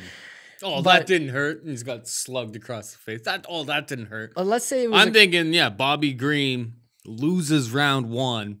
You get close to a pick'em, or you get Bobby Green by decision after round 1. It's obviously dicey, but maybe you get some plus money even if he has a bad first round against Jim Miller who comes out hot. Yeah, I agree. I got a feeling Bobby Green might get screwed on the scorecards. Wow, I've never seen that before. I've seen it multiple times. No, I'm kidding. I know you're kidding, but we've seen it multiple times. A and B. Let's say you and me and Dupree. This is how I don't have to. I want to bet Bobby Green, but this is me just trying to create a scenario where I don't have to bet a minus 260. Hopefully, he's like it's really competitive round 1. Maybe it was a better spot. But like I think Bobby Green should be able to win this fight. Definitely on the feet. He's definitely cleaner, better striker. And I think most of the threats that Jim Miller brings to the table are going to be negated by Bobby Green. It's the trust factor. That's fair. That's the trust factor. And you don't have to trust Bobby Green, right? Because we know what we're getting out of Bobby Green. You have to trust 3 judges who are watching the fight. Because if they're on the same page as you, then we're great. Here's the problem. Okay, let's say you were a judge, UFC fight. You're watching him. Bobby Green versus Jim Miller. In Vegas, of all places, okay? Jim Miller's a 30-time UFC veteran. He's one of the most tenured guys on the roster. Even like Pat's saying, Pat knows who Jim Miller is just from not any high-profile fight he's had, from his body of work. Mm-hmm. Dude had Lyme disease and came back from it. Dude is still cutting a job. Dude comes out to, he's a blue-collar, hard-working man. Coming out to, what does he come out to? Not Fortunate Son. What's his music? CCR. Right. Mm. Coming out to some Clearwater Revival. The guy is the hardworking blue-collar man. Goes after it, right? Grinds. Bobby shakes his head, and he's cocky, and he's arrogant a little bit. And he's always, he talks shit, and he shakes his head. That didn't hurt. Right, and so what happens is he won the Drakkar Close fight, and he won the Francisco Trinaldo fight, but when it went, and the Thiago Moises fight, but when it goes to decision, human nature is, in real life, I would like that Jim Miller guy. Me and Jim Miller could have a beer at the bar together. This is a White Claw. Jim Miller would not have a White Claw at the bar, I can assure you Probably that. not. That's so pansy. Anyways. Maybe he would leading up to a fight. You gotta cut right, that but weight, what keep I'm the saying is carbs low. human nature is you watch it and you want to root for Jim Miller. Even though it's an unbiased decision, you feel yourself compelled to a Jim Miller hardworking kind of guy role. Whereas the other guy is shaking his head and clowning and not doing shit. I think I'm going to score the round for Jim Miller. I think I'm going to score the round for Drakkar Close. I think I'm going to score the round for Francisco Trinaldo. And as a result, he loses these decisions he probably should have won. He's never won a decision you thought he lost. Never. No. But he's lost a bunch of decisions you thought he won. Because that's his personality. He's a hateable character. So anyways, all I'm saying is like him getting robbed in decisions you've seen before. And Jim Miller 220, like Bobby Green's not a top ticket play either. But he's one of my favorites on this card of favorites. So what can you do, Paul? What can you do? I Look got like something Pat for had you. something to say. Yeah. So, just piecing this together from what you guys have been saying so far. Here's what I'm throwing Excuse on. me. Bobby Green by decision, minus 125. After that conversation, I do not feel all that confident about that. But minus 125. Philip Rowe by decision, 5-1. Usman, minus 275 to win. Viera by KO, TKO, or submission, He or just DQ. probably just wants the submission. Well, they don't offer it on the book that I'm looking at. It's either It'll take get them all there as one, eventually. or what the hell that was? Jesus Christ. Ceiling falling down. Certain books will get Well, you not just the one I'm submission. using, Paul. I'm making it as we go along. We're trying to make Pat's bets right now. All right, continue. Minus 225, over 1.5 rounds, minus 188 in Pitolo and Marquez. And I'll throw on that Bilal Muhammad by decision as well, as that is, minus 145. So that's not available for me to bet yet. But that I'll probably end up playing it with Rowe on and with Rowe off. But with Rowe on, it'll be like 45-1. With Rowe off, it'll be like 20-1 or 15-1 or something like that. Pats can't lose parlay. Didn't say that. That Pats must can't lose lose parlay. parlay. If you were doing it from last week, right, and just you go Kamaru Usman by decision, right, Kelvin Gastelum by decision, Macy Barber by decision, Chris Gutierrez by decision, Mallory Martin by decision, I'm less in on Philip Macy Rowe Barber than you. by decision. I'd like to say Miranda Maverick, but Robertson doesn't like that hot heat standing. Ricky Simone by decision, you'd think so, especially at 145. Yeah, Small hells yeah. cage in And then, Vegas, and too. then Be Bobby Green careful. by decision, Bilal Muhammad by decision. So there's like 8 of them there. You shave that down, they're all going to be big plus money price tags. I'll probably tweet out my parlays this week, and then probably some prop bets as well. Prop bets are so good last week. I probably should have tweeted them out to make it like super official, but yeah, whatever. I want you to watch the show. I don't want you to just wait for the tweet to come out. I want you to physically watch it and be like, oh yeah, they mentioned that, right? Not just like, why didn't you tweet it out an hour before the fight so I was making my lines? It's like, support the show, man. It's the least you can do. Yeah, it is the least you can do. Any final thoughts before we get out of here? No, that's about it, man. Unless you want to do those shoeies, which I'm not going to force you into. Pat You held up. never pulled a bag. I'll do it with a bag. I feel horrible trying to like waste some perfectly good claws if we don't have a plastic bag line around here. I think I can do 2. How's about, do you have a set of keys on you? Do you want a shotgun one? Do you know a shotgun? Do I know how to? I figured, I thought that was the answer, but I keys didn't are want in my to. bag. Give him a pair of keys. I want to see him shotgun a White Claw. Does the kid know how to shotgun? You know how many trees I planted? Northern Manitoba, Northern Alberta. For those of you who don't know, Paul is in the Tree Planting Hall of Fame for planting like 800,000 I'm in the Shotgun Hall of Fame from that exact same time in my life. He says, Don't fuck this up. do you know how to shotgun? He says, do I know how to shotgun? All right, I guess this is how we'll take him out of the show. Yeah, sounds good to me. Over the Shotgun a lips, Pass claw? the gums. Look out, stomach. Here it comes.